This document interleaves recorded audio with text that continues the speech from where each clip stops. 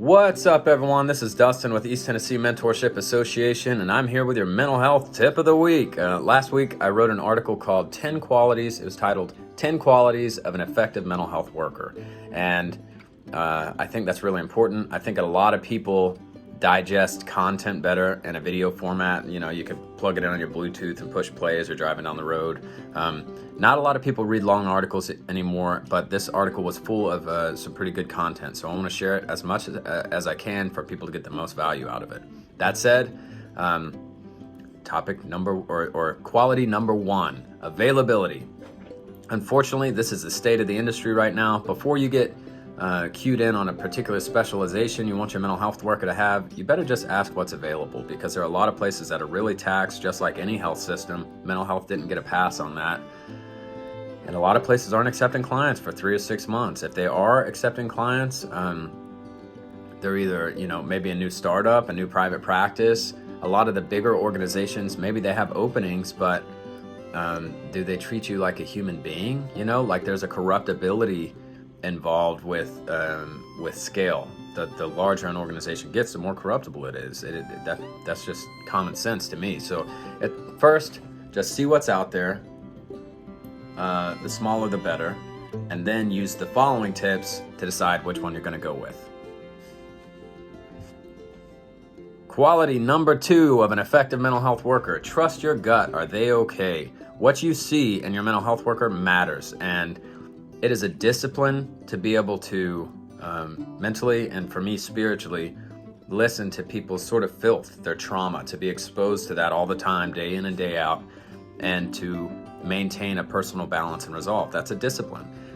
Everyone has bad days. I have bad days. But as a professional in this industry, a person should be able to push through a bad day to still provide their service to their client, for the most part, emergencies excluded, and to be able to find balance in their own time. So I'm not saying that if your counselor looks tired one day, you should just up and leave, but I am saying that by and large, they should kind of feel like someone who has their stuff together. And if they don't, why are you asking them for their advice? Quality number 3 of an effective mental health worker, and this isn't actually a quality that a human being would possess, but I wrote for the subheadline, people aren't pawns. It's very difficult to become a therapist. It takes, 6 years of education, 3,000 hours with clients, passing state exams. I'm not a therapist. I don't want to be a therapist because I don't like their boundaries, and I don't like the fact that a state board governs how therapists execute their craft. And also, I'm not just about, let us address trauma or mental illness. I want to develop humans holistically, despite their obstacles, in order for them to achieve their goals. So for that reason, I'm not a therapist. A lot of therapists, just something to be on the lookout for. A lot of therapists operate really well within what I see as a flawed system, but many of them, because of how difficult it is to gain the qualification, they might listen to respond rather than to understand. They might be seeking to diagnose you instead of understand you. And it's important that they try to understand who you are as a human being within your framework, your system of morality, within your context. And if they look like they're feeding their ego by responding to your trauma using, regurgitated textbook information, that's not the kind of place I would want to be. Number 4, challenging toxicity while validating emotions. Everyone needs validation. Every human needs some sort of validation, but that's not all you need. And if all your mental health worker ever does is agree with everything you say and support you, then you're paying for friendship. You're not paying for therapy or counseling or self-growth. If there is an elephant in the room and your mental health worker isn't bringing it up, just get a new one, because it is our job to gather truth and gather context, and then to use it to, help adjust perspectives here and there, or to ask the right questions. Like, if a mental health worker isn't even willing to gather the data respectfully, then they shouldn't be in mental health. So it's good to have validation from a mental health worker, but not all the time. Quality number 5 of an effective mental health worker: punctuality, boundaries, and respect. First of all, it doesn't matter if you're a teenager, if you're a kid, an adult, whatever. If you are choosing to go work on yourself in a space, then you deserve a certain amount of respect and you deserve to be treated with dignity. Furthermore, your time matters. You're paying for this. At the heart, this is a customer service industry. Whether or not it's always treated like that, that might be a different story. But handled well, this should be a customer service industry. So your therapist shouldn't be canceling appointments regularly. Everyone, like I said, everyone has emergencies. But if you're having, 3 or 4, 5, 6 appointments canceled within a 6-month period, don't put up with that. This is a service that you're paying for. And also, they should have good boundaries. They should be a boundary setter, and they should be comfortable with their boundaries. So it's okay to message a couple, or at least to me, for my clients, it's okay for them to message me a couple times between sessions or something like that. But if they just start messaging all day, I will just very subtly, or sometimes less subtly, say, hey, let's talk about this in session. This is kind of a lot. I have some other appointments going on or whatever. Things like ending an appointment on time when there's another one behind it, that matters. I let clients stay over all the time if there's not someone else coming in, but I would never make someone else late for the rest of their day's activities unless there was a real crisis going on. And even then, I'd have to say, hey, we have a few more minutes, and I would go ask the other client, are you okay for a few more minutes? Punctuality, boundaries, and respect matter. And if you aren't treated fairly in a customer service industry, just find someone else.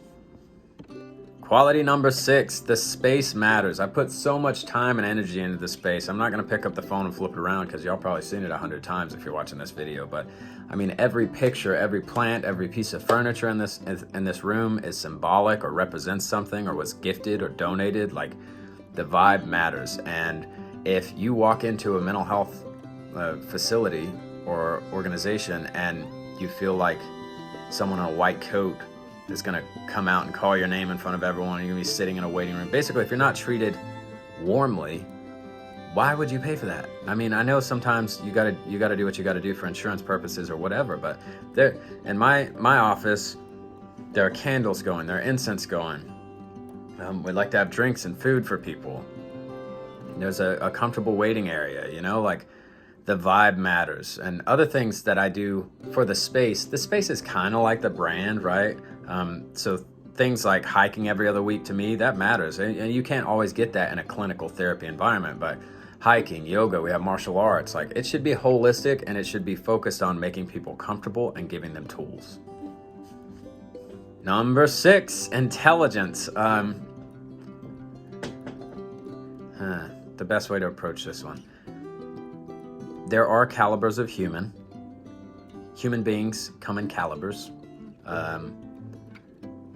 And a person that you're talking to about your inner workings needs to be able to keep up in that conversation. It's nothing against them if they can't. There are all kinds of different compatibilities and intelligence compatibilities, with different people. But if the person you're talking to just can't keep up with what you're saying, just find someone new. It's nothing personal. They don't need to be smarter than you. There are a lot of different types of intelligence. This isn't meant to demean anyone, but intelligence matters, and you should definitely be sure that your mental health worker is competent and intelligent and can keep up.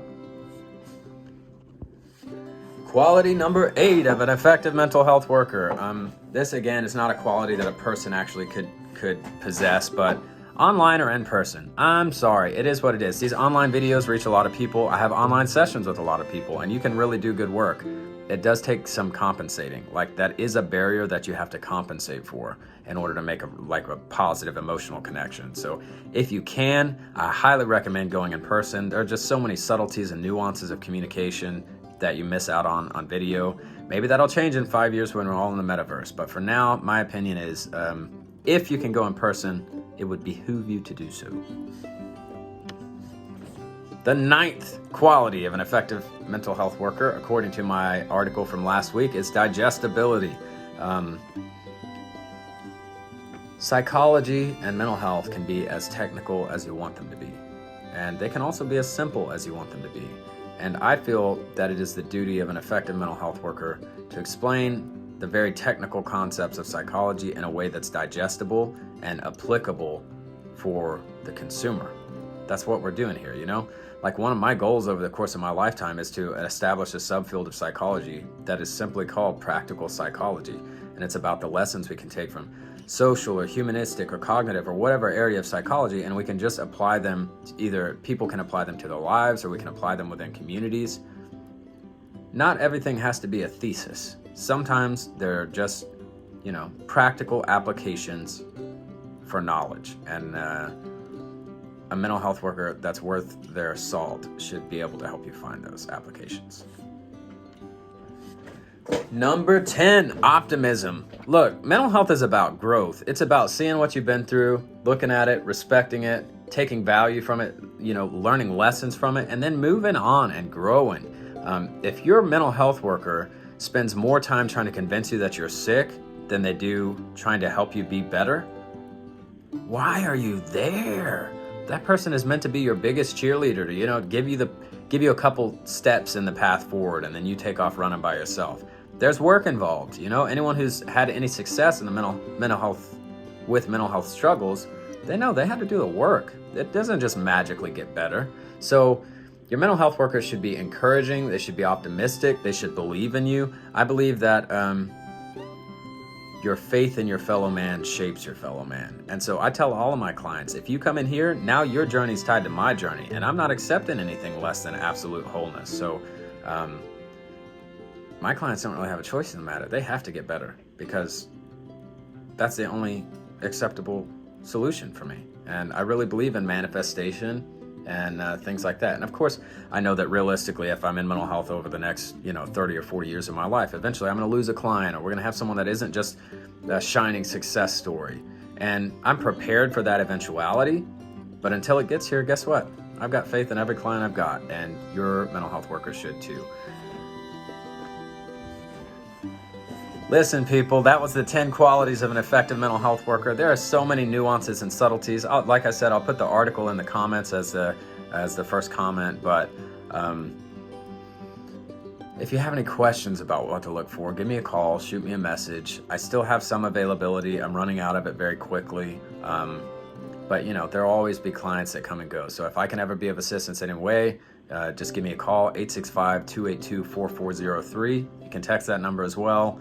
I know there's a lot of pressure, and I know it seems like there aren't a lot of resources, but I believe there's always a resource. And even if it's just a book, if you need a book recommendation, not ready to talk to someone in person, whatever, and keep follow along. Oh God, I just said keep like 8 times. But anyway, follow along our social media.